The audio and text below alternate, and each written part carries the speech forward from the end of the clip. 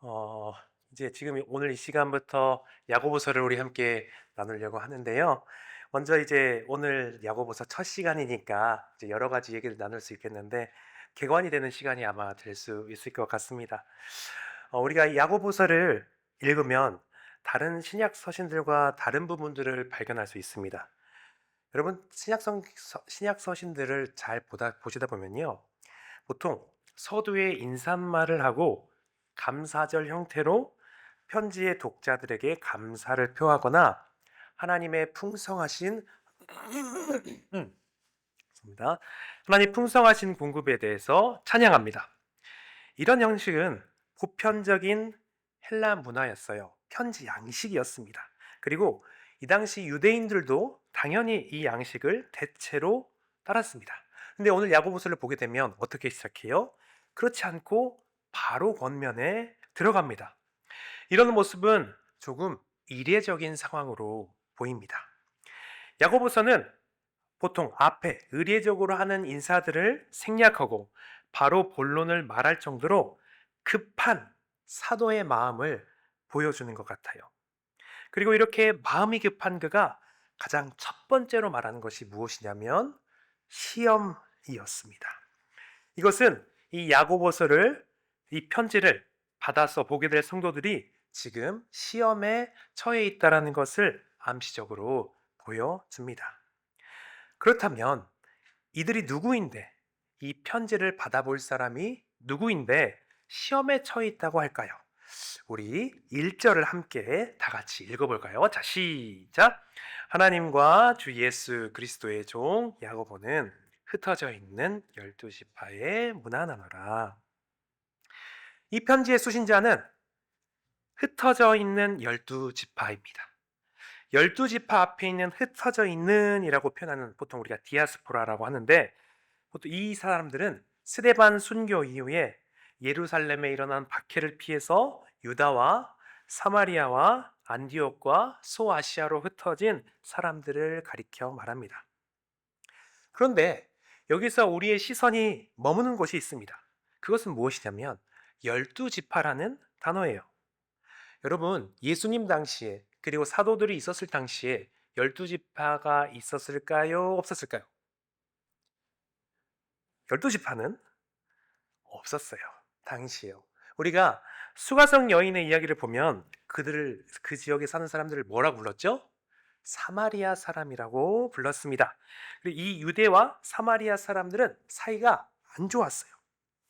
그리고 그 우리가 흔히 중간기라고 부르는 그 시기에 그 큰 싸움이 있을 정도로 사이가 안 좋았습니다. 왜냐하면 유대 사람들, 유다 사람들이 생각했을 때 이 사마리아 사람들은 이방인들과 통혼을 하는 자들이어서 하나님의 백성으로서의 자격을 잃어버렸다라고 생각했던 거예요. 그래서 열 지파, 우리가 레위 지파, 유다 지파, 베냐민 지파를 빼고 나머지 열 지파가 잃어버렸다라고 표현하는 거예요. 그러니 여기서 야고보 사도가 열두 지파라고 말씀하시는 것은 무엇을 말하는 것입니까? 예수 그리스도 안에서 참 이스라엘이 회복되었다라고 지금 선언하면서 가는 겁니다. 그리고 바로 너희들이 열두 지파 참 이스라엘 사람들이다라고 말하는 거예요. 그래서 오늘 학자들이 말하기를 이 야고보서의 수신자는 1차적으로 무엇이냐? 유대인 출신의 기독교인들. 예수님 승천 이후 야고보 사도가 예루살렘에 감독에 있을 때 예루살렘 박해를 피해서 흩어진 그리스도인들을 향해 썼다라고 하고 또 2차적으로 예수 그리스도를 믿는 모든 성도를 향해 썼다라고 하기도 합니다. 자, 여러분 한번 생각을 해보시죠. 이 당시 유대인 그리스도인들이 어떤 생각을 했을까요? 유대인이면서 그리스도인들이요. 구약 성경이 그렇게 대망하던 선지자들이 그렇게 외쳤던 자신들이 그렇게 기다리던 메시아 그리스도가 왔어요. 그리고 그분이 행하시던 많은 기적들을 보았고 그분의 말씀을 들었습니다. 그리고 그분의 십자가에서 죽으심으로 실패하는 것처럼 보이는 일들도 보기도 했고요. 죽음에서 살아나신 승리의 부활도 왔습니다. 그렇다면 이제 그들이 꿈꾸던 것이 무엇이었을까요? 정말로 살아계신 성부 하나님, 여호와 하나님, 우리 주님이신 성자 예수님, 그리고 지금 우리와 함께 하신 성령 하나님이 계시니 이제 이 복음의 전파는 핵폭발처럼 일어날 것이고 이 세계는 땅끝까지 복음이 전파될 거라고 생각하지 않았겠습니까? 예수님이 말씀하신 것처럼요. 그런데 문제가 있었어요. 그것은 자신들의 삶이 달라지지 않았다는 거예요. 오히려 그들이 기대했던 것보다는 달리 고난과 박해가 시작되었다는 겁니다. 그래서 지금 그들은 어떻게 했습니까? 자신들의 터전을 버리고 예루살렘을 떠나야 했습니다. 요즘이야 이사를 가는 것이 업체를 부르면 쉽습니다. 저도 얼마 전에 했습니다. 네, 되게 많은 것을 해주시더라고요. 굉장히 놀라웠습니다. 그런데 당신은 어땠을까요? 굉장히 큰 일이었을 것입니다. 그리고 단순히 거처를 이전하는 것을 넘어서 당시에는 이렇게 가족 단위로 살아가던 그런 사회잖아요. 공동체 사회였어요. 그러니까 이사를 가는 사람들, 예루살렘을 떠나서 유대와 사마리아와 소아시아와 이렇게 흩어진 사람들은 자기의 공동체를 버리고 떠나서 새로운 공동체를 가야 한다는 겁니다.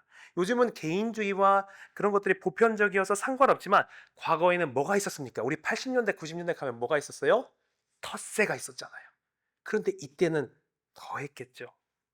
자신이 오래 살던 것을 떠나서 새로운 곳을 가게 된다면 그 당시에는 새로운 사람들이 왔을 때 그 지역 사람들이 잘 받아주지 않았을 것입니다. 여러분, 그들에게는 그리스도를 믿는 믿음과 성령 하나님이 주시는 구원의 기쁨이 있었겠지만 그와 동시에 시험과 고난이 있는 겁니다. 그리고 그 시험은 믿음이 진짜인지 흔드는 시험이었어요. 그리고 그들에게 이런 물음이 생기는 겁니다. 왜 하나님은 살아계시는데 이런 시험을 허락하시는 것인가? 왜 하나님은 정말로 살아계시고 죽음에서 부활하기까지 하셨는데 우리를 내버려 두시는가? 하나님이 살아계신다면 우리를 도와주셔야 하지 않을까? 라는 물음이 자연스럽게 생기게 되는 겁니다. 제가 이런 성도들 본다면 뭐라고 위로할까 고민해 봤습니다. 어떤 말로 힘을 줄까 생각해 봤어요. 그러면 저는 아마 이렇게 말할 것 같습니다. 성도님, 하나님이 이 고통을 알고 계십니다.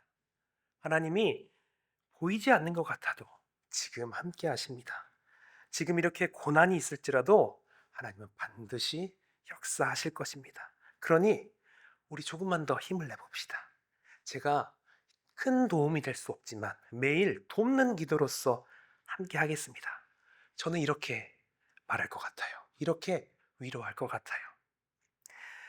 그리스도를 믿는 신앙 때문에 자신의 모든 것을 잃음에도 믿음을 포기하지 않고 살아가려는 그들에게 저는 정말로 위로해주고 싶고 어떻게든 힘을 주고 싶어 할 것 같습니다. 그런데 이런 이들에게 예루살렘 교회의 지도자인 야고보 사도는 이렇게 하지 않고 예상과 달리 이렇게 말합니다. 여러분 우리 2절을 한번 읽어볼까요? 자, 읽어보겠습니다. 자, 시작. 형이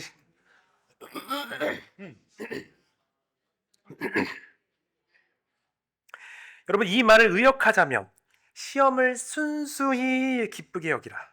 진정으로 기쁘게 여길 기회이다. 라고 할 수 있을 것 같아요. 어떻게 이렇게 말을 할 수 있을까요? 너무나도 냉정한 말입니다. 아마 사랑의 사도라고 불리는 요한 사도로부터 뭔가를 배워야 하지 않겠습니까? 그런데 너무나 냉정하게 하는 말을 이렇게 고난을 당하는 사람들에게 말을 하는 겁니다. 마치 저는 이렇게 느껴져요. 지금도 숨을 헉헉대면서 최선을 다해 달리는 사람에게 너 더 빨리 달려야 돼. 너 더 열심히 해야 돼. 라고 하는 것처럼 느껴져요. 기쁠 수 없는데 어떻게 기뻐하라고 합니까? 그러나 여러분, 오늘 본문은 할 수 없는 자에게 채찍질을 하는 것이 아니라 우리에게 시험의 이유와 고난의 목적에 대해서 말해줍니다. 그래서 감정적 위로가 아니라요. 우리가 어떤 상황이고 어디로 가야 하는지에 대해서 알려주면서 실제적인 도움을 받게 합니다. 그리고 이것은 오늘 우리에게도 적용할 수 있으며 묵상해야 할 묵상 지점입니다. 특히 오늘의 본문을 두 개념이 나오는데 야고보서의 뒤에 나오는 오늘 본문 뒤에 나오는 모든 야고보서의 내용까지 아우르는 개념입니다. 이것이 뭐냐면 오늘 제목인 온전함과 주 마음입니다. 마치 야고보서의 개관과 같은 내용이 오늘 이야기인 거예요. 그래서 오늘 본문을 잘 들으시면 나머지 이야기들이 편하게 쉽게 더 들릴 수 있을 것입니다.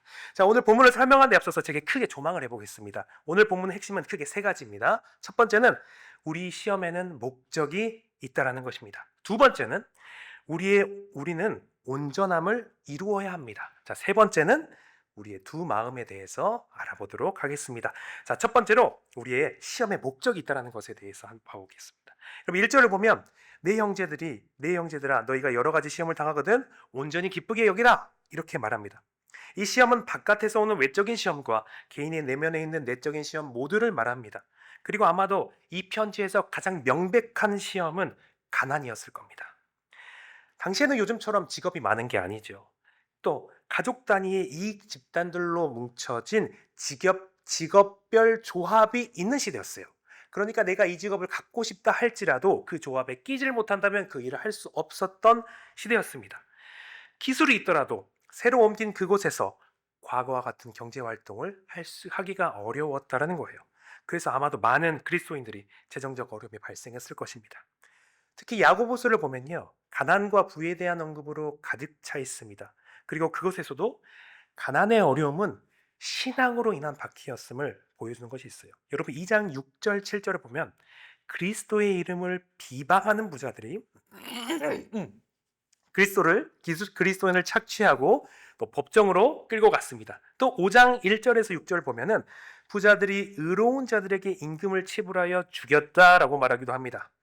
아마도 부유한 유대인들이 예수님을 믿는 사람들을 여러 방식으로 괴롭혔다라는 것으로 보입니다. 그리고 그곳에서는 예수님의 신앙 때문에 예루살렘을 떠났지만 그 예수님 믿는 신앙 때문에 다시 한번 어려움을 당했던 겁니다. 여러분 사도행전에서 보게 되면 우리가 흔히 어떻게들 말합니까? 예루살렘에서 흩어진 그들을 통해서 복음이 전파되었다고 그냥 그 정도로만 우리가 받아들여요. 하지만 우리가 이 야고보서를 통해서 우리가 알게 되는 건 뭐예요? 그들이 경험한 어려움들과 그들이 실제로 겪었던 그 삶들은 쉽지 않았다는 겁니다. 마치 오늘 우리가 살았던 것처럼 땅에 발을 딛고 그 어려움과 맞서서 헤쳐나가야 했다라는 거예요.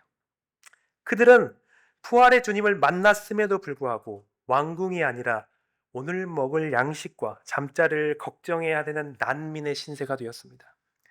나 혼자 고생하면 될 텐데 예수님을 믿는 것 때문에 나의 사랑하는 자녀까지 고통을 당합니다. 흩어진 신자들은 현지 이방인들에게는 이상한 신을 믿는 사람이었고 현지 유대 공동체 회당에서는 나사렛 이단을 따르는 배교자였습니다.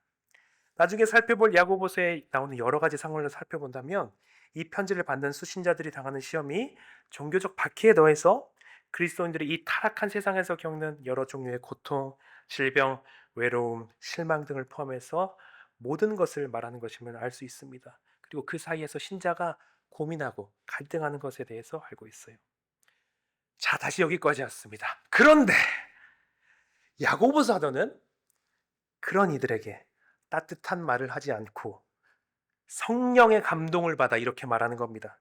너희가 여러 가지 시험을 당하거든 온전히 기쁘게 여기라. 여러분 이것이 어떻게 가능할 수 있습니까? 그리고 왜 그래야 합니까? 그것은 3절과 4절을 통해서 알 수 있습니다. 제가 읽어드리겠습니다. 이는 너희의 믿음의 시련이 인내를 만들어내는 줄 너희가 압니다. 인내를 온전히 이루라. 이는 너희로 온전하고 구비하여 조금도 부족함이 없게 하려 함이라. 여러분 야고보 사도는 당장의 위로가 아니라 그들에게 시험의 목적지에 대해서 알려주는 것입니다. 여러분 우리가 당하는 시험은 또 그들이 그 당시에 당했던 시험은 의미가 없이 표류하는 것이 아니었습니다. 시험에는 목적지가 있습니다. 본문은 우리에게 중요한 것을 알려주는데 그것은 믿음과 신앙의 목표가 편안함과 안락함이 아니라 믿음의 시련을 당하는 신자가 인내를 만들어내며 온전함에 이르는 것이 목적이라고 하는 것을 알려줍니다. 먼저 믿음의 시련이 인내를 만들어내는 것을 한번 봐볼까요? 3절에서 시련으로 번역된 단어는 은이나 금을 재련하는 과정을 의미합니다. 뜨거운 도가니에서 불순물이 포함된 은이나 금을 넣어서 순전한 금이나 은을 만들어내는 것처럼 이 믿음의 시련이 고통의 도가니에서 뜨겁게 가열해서 불순물이 제거되도록 하고 주님 앞에 순수하고 귀하게 되도록 하는 것입니다. 여기서 믿음의 시험은 믿음을 가지고 있는지 없는지 판단하는 것이 아니라 이미 존재하는 믿음을 순전하게 하기 위한 것입니다. 그리고 이 과정을 통해서 인내를 만들어내라고 합니다. 오늘 본문은 이 모든 과정에 대해서 능동적으로 반응하라고 말합니다. 믿음의 시험과 시련의 가장 큰 특징은 무엇일까요? 그것은 고통스럽다라는 것입니다. 그것은 나의 기질을 거스르고 나의 예상을 벗어납니다. 나를 번거롭게 하고 더 나아가서 나를 힘들고 괴롭게 합니다. 더더욱 힘든 것은 이 시험이 나를 꽉 잡고 절대 놔주지 않는다는 거예요. 그리고 어쩌면 바로 그 과정이 시험의 역할인지도 모릅니다. 왜냐하면 내 마음대로 끝날 수 없는 그것을 통해서 우리는 인내를 배우기 때문이지요. 그럴 때 우리 신자들은 하나님을 찾습니다. 때로는 그분을 이해할 수 없고 내가 납득이 되지도 않지만 그분이 하나님이시기에, 그분이 나를 사랑하신다시기에 그 앞에 엎드려서 기도합니다. 그리고 인내하는 과정 속에서 우리는 나의 믿음이 진짜인지 확인하게 됩니다. 나의 믿음의 불순물이 무엇인지 확인하게 됩니다. 내가 하는 신앙 고백이 진짜인지 알게 됩니다. 그리고 그 과정을 지난 후 우리는 정금과 같이 되어 겸손하며 주님을 더 알게 됩니다. 그리고 바로 이 아름다움이 있기에 고통스럽지만 힘들지만 시험을 당할 때 순수하게 기뻐하라고 하는 것입니다. 그러나 시험의 목적은 여기서 끝나는 것이 아닙니다. 바로 두 번째 주제인 온전함으로 넘어가게 됩니다. 우리 성경에서 3절에서 연결되어서 나타나기 때문에 한글 성경에서요 스쳐 지나갈 수 있지만 대다수의 신학자들은 야고보서 핵심이 바로 3절에 나오는 온전함이라고 말합니다. 여러분, 야고보서가 말하는 온전함이란 마음이 하나님과 세상 사이에서 분열되지 않고 하나님께만 지향점을 가진 상태를 말합니다. 말과 행위, 믿음이 서로 일치하면서 모든 상황, 특히 시험 중에도 일관된 태도를 유지하는 것이 온전함의 본질입니다.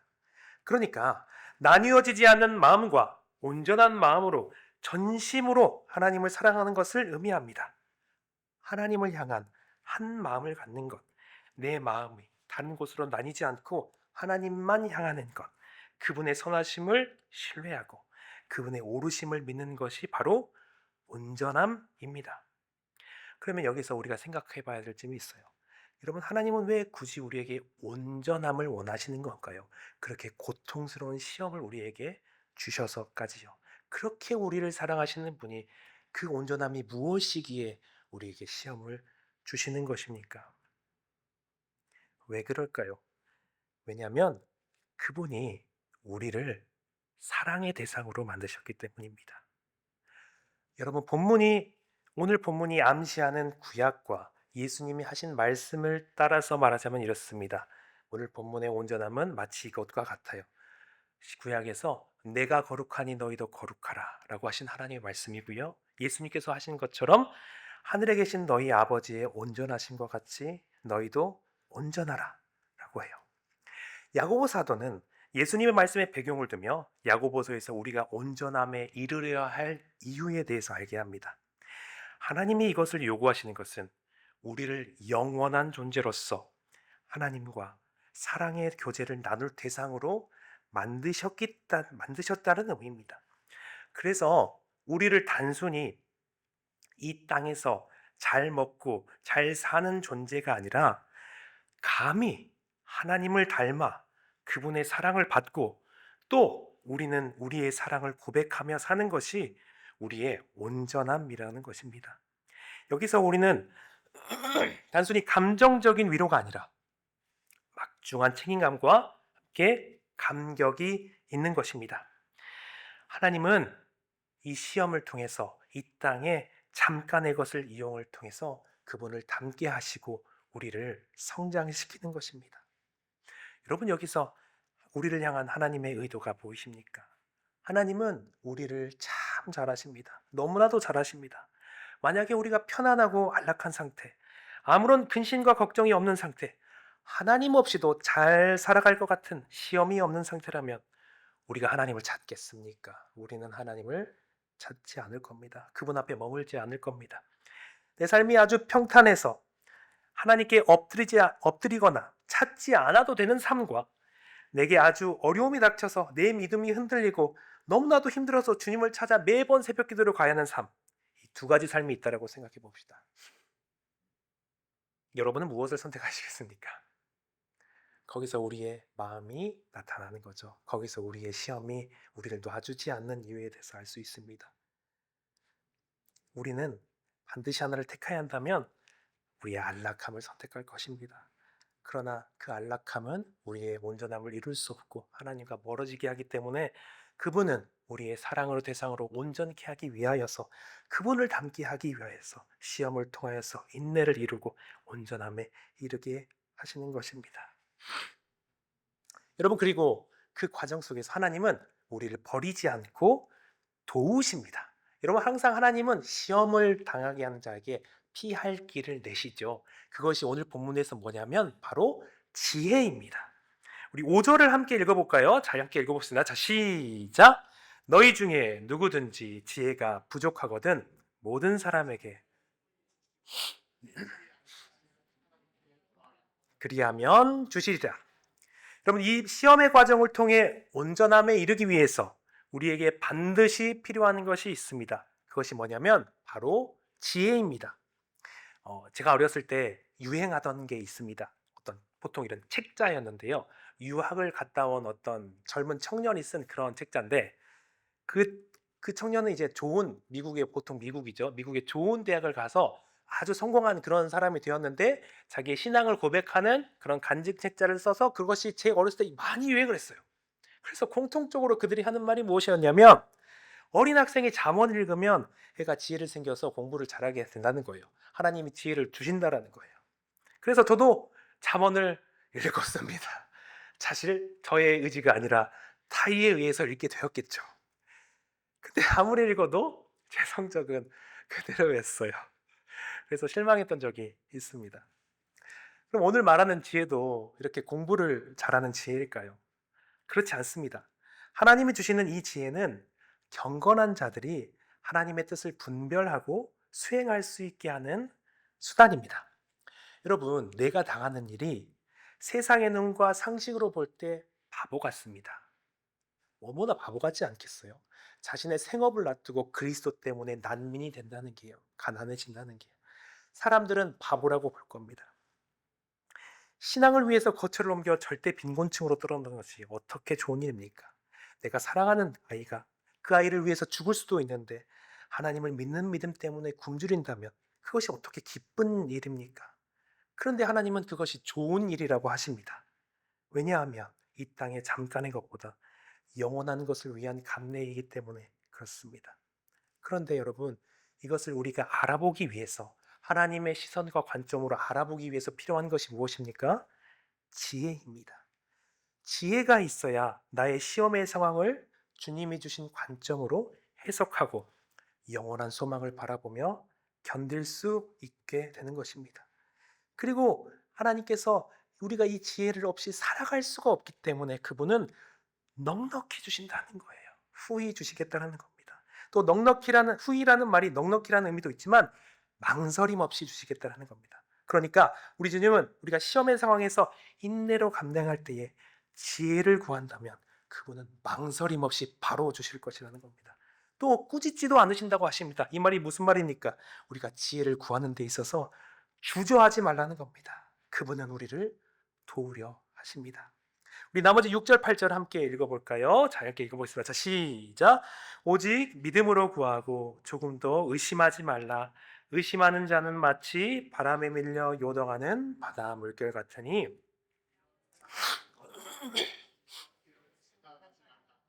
두 마음을 품어 모든 일에 정함이 없는 자로다. 자, 오늘 본문에서 나오죠. 그런데 이 지혜를 받지 못하게 하는 우리 마음의 상태가 있습니다.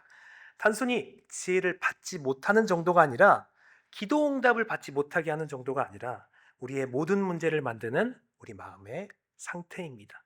그것이 뭐냐면 바로 두 마음입니다. 이것이 바로 오늘의 세 번째 주제입니다.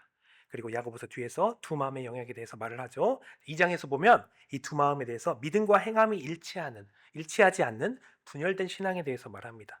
3장에서는 혀를 통제하지 못하는 이중성에서 4장에서는 더 직접적으로 세상과 벗된 것에 대해서 말하면서 이 모든 것의 뿌리가 두 마음이라는 것에 대해서 말해줍니다. 이 두 마음은 딥시코스라고 합니다. 이게 두 가지의 합성어인데요. 듀오라는 것과 프시코라는 겁니다. 그러니까 듀오는 둘이란 뜻이죠. 프시코는 영혼이라는 겁니다. 그러니까 신약 성경에서 딱 야고보서에만 나오는 거예요. 무슨 말이냐면 야고보서다가 이걸 강조하기 위해서 자기가 만들었다는 겁니다. 이게 어떤 의미예요? 영혼이 둘이라는 거예요. 그 마음의 상태가요. 저는 처음에 봤을 때 두 마음 정도면 괜찮은 거 아닌가. 내에게는 세 마음, 네 마음, 다섯 마음, 쓸 수도 없는 많은 마음들이 있는데 라는 것에 하는 거예요. 근데 이 두 마음은 그냥 많은 생각들을 말하는 것이 아니라요. 마치 이런 걸 말하는 겁니다. 여러분 만약에 결혼을 한 남자나 여자가 있다고 해볼게요. 그런데 이 사람이 자신의 배우자가 마음에 안 들 것을 염두에 둬 지금은 마음에 듭니다. 근데 안 둘 것을 염두에 두면서 과거 연인의 번호를 지우지 않고 가지고 있는 겁니다. 그러면 기분이 어떻겠습니까? 그것을 알게 되었을 때요. 여러분 바로 이것이 두 마음을 품은 자들에게 하나님께서 가지시는 마음인 것입니다. 이 말이 무슨 말이냐면 우리가 잘 알고 있는 건데 강조해서 말씀하시는 거죠. 하나님과 세상을 동시에 사랑하는 마음이라는 거예요. 분열된 마음이에요. 하나님과 세상을 동시에 잡으려는 마음이에요. 마치 이것을 한 몸에 두 영혼이 들어있는 것과 같다라고 하는 거예요. 마치 신앙이라는 배에 두 명의 선장이 올라타서 서로 다른 방향으로 키를 잡으려 하는 혼란스러운 상태와 같습니다. 그리고 이런 두 마음은 신자가 살아가는 세계의 가치관과 세계관의 영향을 받아서 얻게 되는 것입니다. 그런데 이런 상태에서는요, 인내를 잃을 수도 없고 기도응답도 기대할 수 없습니다. 왜냐하면 이 두 마음의 근본적인 원인은 우리가 하나님의 인격을 향한 불신이라고 볼 수 있기 때문에 그렇습니다. 여러분 야고보 사도가 이 두 마음을 왜 이렇게 어떻게 심각하게 다룬지 아십니까? 앞서 우리가 살펴본 것처럼 하나님이 우리에게 온전함을 요구하신 이유는 우리를 영원한 사랑의 파트너로 부르셨기 때문입니다. 단순히 구원의 수혜자가 아니라 하나님과 사랑의 교제를 나눌 존재로 만드셨다라는 겁니다. 그런데 두 마음은 무엇입니까? 바로 이 사랑의 관계를 깨뜨리는 것이죠. 마치 결혼한 사람이 다른 연인의 번호를 남겨놓는 것처럼 하나님을 사랑한다면서 동시에 세상을 붙잡으려는 것입니다. 하나님은 우리를 사랑의 대상으로 부르셨습니다. 그런데 우리는 그 사랑에 온전히 응답하지 못하고 이것저것 따지며 하나님과 세상 사이에서 망설입니다. 시험이 오면 하나님이 정말 나를 사랑하시나 의심하고 하나님께 기도하면서도 혹시 몰라 하면서 세상의 방법을 준비합니다. 이것이 두 마음이라고 볼 수 있는 거죠. 이것은 그러면 어떻게 되겠습니까? 내 마음에 두 개가 있으니 영적으로 정체성이 혼란스러워지고 결국에 내면의 평안이 없게 되는 겁니다. 그리고 이것은 하나님을 전능하신 주님으로 대접하는 것이 아니라 만약을 대비한 보험것처럼 그 정도로 취급하는 태도입니다. 그런데 하나님은 우리를 전부로서 사랑하시는데요. 우리는 하나님을 부분으로서 사랑하려 할 때 이 사랑의 관계가 작동하지 않는 것입니다. 그래서 결국 하나님과 친밀한 교제가 끊어지는 비극을 초래하게 됩니다. 여러분 이 두 마음은 단순히 우리의 기도응답을 막는 것이 아니라 지혜를 받지 못하게 하는 것이 아니라 우리가 마음의 평안을 깨뜨리고 하나님과의 사랑의 관계 자체를 훼손하는 것입니다. 그렇다면 우리가 야고보서도가 왜 그렇게 급하게 인사도 생략하고 강조하며 본론을 말했는지 이제 이해가 됩니다.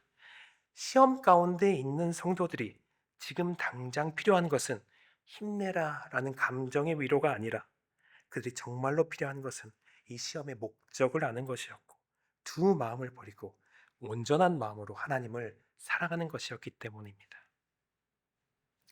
자, 그렇다면 우리는 어떻게 해야 될까요? 어떻게 두 마음을 버리고 온전한 마음으로 나아갈 수 있겠습니까? 우리에게도 해당되는 이야기잖아요. 어떻게 해야 모든 문제의 근원인 이 두 마음을 해결할 수 있을까요?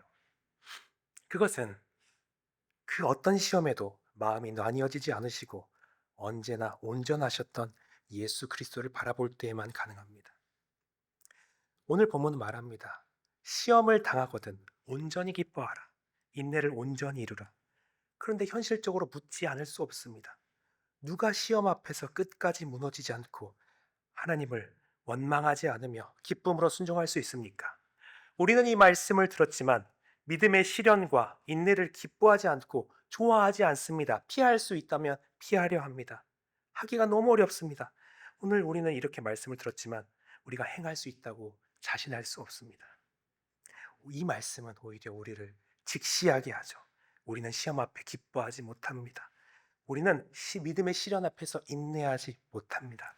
두 마음으로 하나님을 찾는 사람이 바로 우리입니다. 그러나 성경은 바로 이 자리에서 복음을 말해줍니다. 그것은 예수 그리스도, 우리에게 모든 시험에서 온전함을 이루신 예수 그리스도를 바라보게 합니다. 여러분, 이 예수 그리스도는 광야의 시험에서 두 마음을 품지 않으셨습니다. 광야에서 사탄이 돌을 떡으로 만들어라, 이 세상에 영광을 주겠다라고 유혹했을 때 예수님은 단 한순간도 마음을 나누지 않으셨습니다. 그분은 온전하셨습니다. 그분이 겟세마네에서 땀이 피가 될 때까지 아버지를 향해서 기도하시고 씨름하셨습니다. 그러나 그분은 이렇게 말씀하셨습니다. 아버지, 내 뜻대로 하지 마시고 아버지의 뜻대로 하옵소서. 예수님은 언제나 한 마음, 온전한 마음이셨습니다. 아버지를 향한 한 방향의 순종, 아버지를 향한 전적인 신뢰, 아버지를 향한 온전한 사랑. 그분은 온전하셨습니다. 그런데 여러분, 그 온전하신 분이 십자가를 지셨습니다. 왜입니까? 바로 두 마음을 품은 우리를 위해서입니다. 하나님과 세상 사이에서 갈팡질팡하는 우리를 위해서입니다. 시험 가운데 원망하고 불평하는 우리를 위해서입니다. 온전함에 이르지 못하는, 온전함에 이를 수 없는 우리를 위해서입니다. 십자가에서 예수님은 우리의 불온전함을 짊어지셨습니다. 우리의 두 마음을, 우리의 분열된 영혼을, 우리의 모든 연약함을 그분이 대신 지셨습니다. 그리고 그분은 십자가에서 다 이루었다라고 선포하셨습니다. 그분은 우리가 이룰 수 없는 그 온전함을 이루셨습니다. 우리가 감당할 수 없는 그 시험을 이기셨습니다. 우리 대신 하나님을 향한 온전한 순종을 완성하셨습니다. 그리고 이제 복음은 우리에게 이렇게 말합니다. 그리스도의 온전함이 우리의 것이 되었다고요. 그분이 우리를 위해 이루신 그 의로움, 우리가 하나님 앞에 온전한 자로 서게 되었다고 말합니다. 그리고 바로 우리가 그분을 바라볼 때에 우리는 시험에서 기뻐하고 인내할 수 있게 된다라고 말하는 것입니다. 사랑하는 성도 여러분, 말씀을 정리해 보겠습니다. 지금 우리가 당하는 시험은 하나님을 우리를 버리셨다라는 증거가 아닙니다. 오히려 우리를 온전하게 만들어 영원한 사랑의 교제를 나누실 대상으로 빚어가시는 과정입니다. 하나님은 여러분을 이 땅에서 편안하게 살고 풍성하게 사는 것 이상으로 부르셨습니다. 하나님은 우리가 그분을 닮아가며 그분과 영원한 사랑을 나눌 존재로 부르셨습니다. 그리고 바로 그 온전함을 이루기 위해서 지금 이 시험을 허락하신 것입니다. 그러니 여러분, 시험을 당한 분이 계십니까? 낙심하지 마십시오. 포기하지 마십시오. 두 마음을 버리고 오직 하나님만 바라보십시오. 지혜를 구하십시오. 무엇보다 우리에게 온전함을 주신 예수 그리스도를 바라보십시오. 그분이 우리를 위해서 모든 것을 이루셨습니다. 우리 함께 기도하겠습니다. 우리 말씀을 생각하시면서 기도하실 때 이렇게 먼저 기도했으면 좋겠는데요. 시험의 목적을 깨닫고 믿음의 인내를 온전히 이루게 하여 주시옵시고, 이 시련이 나를 무너뜨리는 장애물이 아니라 나를 전군과 같이 믿으시고 하나님의 사랑의 교제를 나누는 온전한 존재로 세워가는 과정인 것을 믿음의 눈으로 바라보게 달라고 기도하시고요. 또 두 마음을 버리고 하나님을 향한 온전한 마음을 부어주시라고, 세상을 사이에서 갈팡질팡하며 흔들렸던 그 마음을 회개하는 기도를 우리 함께 하나님 앞에 올려드리도록 하겠습니다. 우리 함께 기도하겠습니다.